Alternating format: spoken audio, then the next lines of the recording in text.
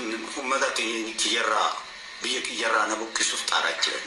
Tanaan dura na luqqisan amma immoo na buqqisuuf xaaraa jiran. Ani ilma Oromooti.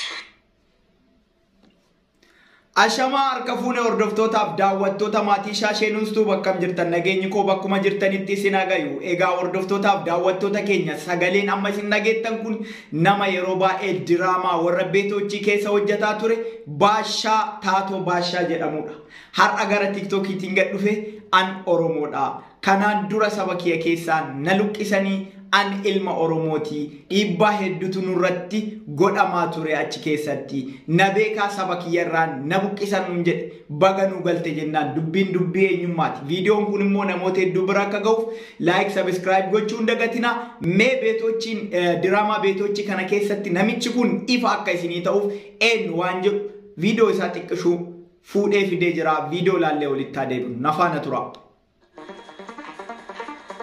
Baashaa jechuun nama kana.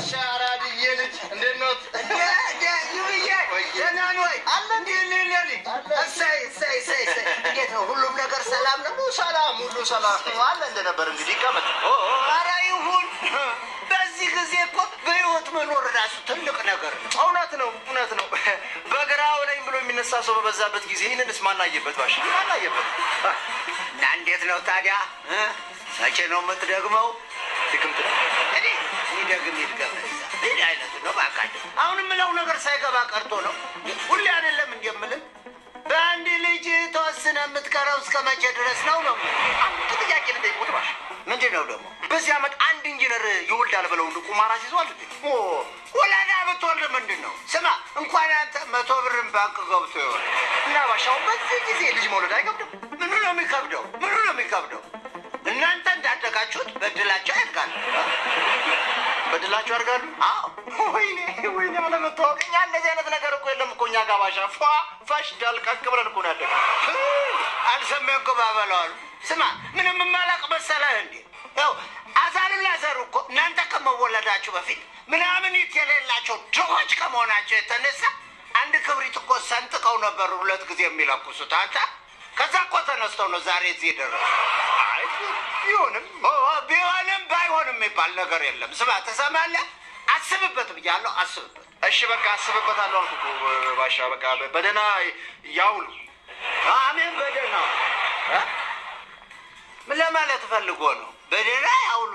እኔ በደህና አላውልም ማለት ነው? ለእረኛ እኮ ነው በደህና አውል የሚባለው። አደ እንደው ምክር የማይሰማ ትውልድ Baashaa jechuun nama amma isin argitan kana dubbiin dubbii ajaa'ibaati. Kanaan dura diraamaa warra beetochii kana keessatti afaan warra Amaaraatiin guddisaa ture. Har'a immoo dubbiin ka'e jennaan gali jennaan erbeen onaaf galte jedha miti Oromoon. Gali jennaan har'a ka'ee gara saba isaa gale. Namoota hedduu maqaa akka isaa kanaan dhabnee jirra. Fakkeenyaaf kanaan dura yoo yaadattan ta'e osoo hin galin dura jechuudhaan ni yaadattan Liji Yaareediin fa'a. Liji Yaareediin namni waggaa 10 dura waan inni afaan Amaaraatiin hojjetuuf Amaara jennee shakkaa turre. Garuu inni yeroo booda dhufee akka Oromoo ta'e nutti himan. Sana booda akkuma nama kanaatti simannee jaalala amma qabnuuf kanatti agarsiisaa turre. Mee har'a immoo gara TikTokii kanaan inni gad dhufee maal jedhe Baashaan waan inni jedhe dubbii isaa haa dhageenyu nafaana tura. Oon arrabsanii nan danda'a. Oo haadhatii arrabsanii oo akaakilee abaabilee keenya arrabsuudhaa deemna hin ta'u. Kanarratti hin ta'u. Ishiin dhugaan kan har'a tanaan dura kana jedhee tun beeku. Maafan kana jedhee ummata kiyyarraa biyya kiyyarraa na buqqisuuf xaaraa jiran. Tanaan dura na luqqisan amma immoo na buqqisuuf xaaraa jiran. Ani ilma Oromooti. Oromoon nan jaaladha. Oromoon ulfina qaba. Oromoon safuu qaba. Oromoon aadaa qaba.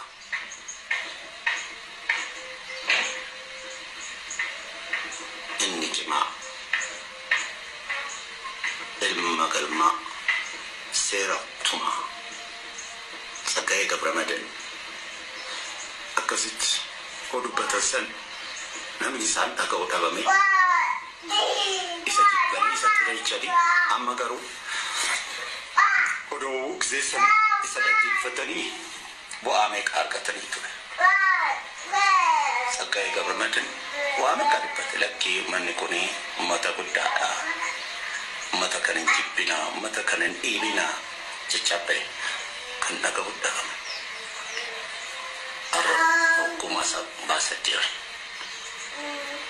Ammas waanuma hundaa Finfinnee keessa teenyee Finfinnee keessa Oromiyaa keessa teenyee Oromiyaa wajjin guddannee Oromiyaan nu guddisee Oromiyaan nu laatee Oromiyaan nama nu godhee amma immoo Oromiyaa irratti quba wanna gochuu hin dandeenyu hin jaalannaa hin kabajnaa amma ammaatitti jibbineeti miti.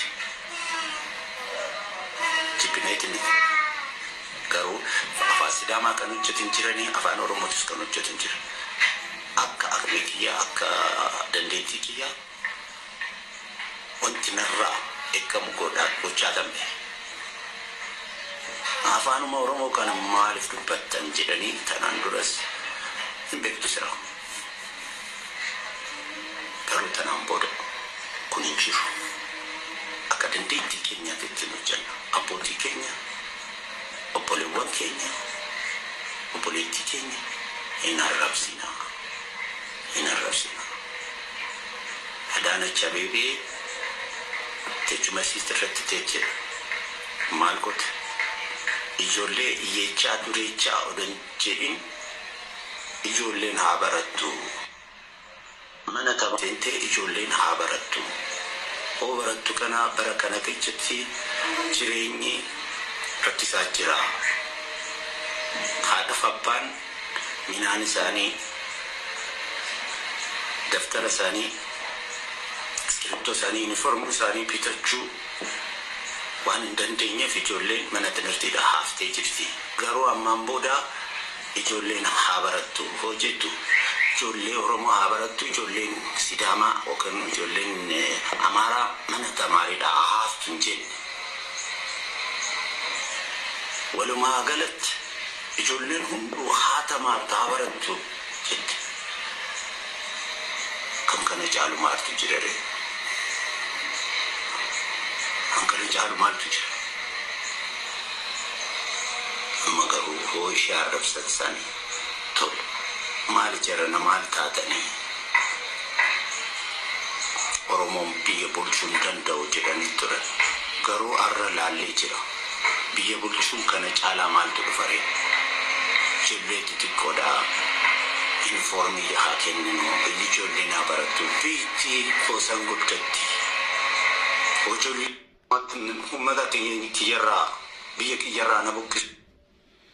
Dhageettanii jirtanii dubbiin dubbii addaati dubbii cimaadha isinii galee galatooma warra har'a sadarkaa kanaan nu geettanii nuuf jettanii duutanii eenyummaa keenya akka gaariitti nu barsiiftan baay'ee galatooma. Eenyummaan Amaaraa kun eenyummaa uummata Oromoo hedduu nyaattee liqimsitee jirti. Akkuma jalqabarraa isinii kaase namoota akka Lijiyaa Redfaanii yaadattan yoo ta'e kanaan dura hoggoota hedduu dura isaanis garbummaa Amaaraa jalaa baanii Oromummaatti as galan. Kanaan dura maal jedhaa ture? Yoo nuti afaan Oromootiin ni hojjanna jenne afaanuma Oromoo saniin akka nuti hojjanneefu jibbaa adda addaa dhiibbaa adda addaa nurraan gayaa turanii. Saba kana hin jibbinaa jedhaanii turre. Kan waan fedhe ta'a malee ani adda Oromoodha jedhe.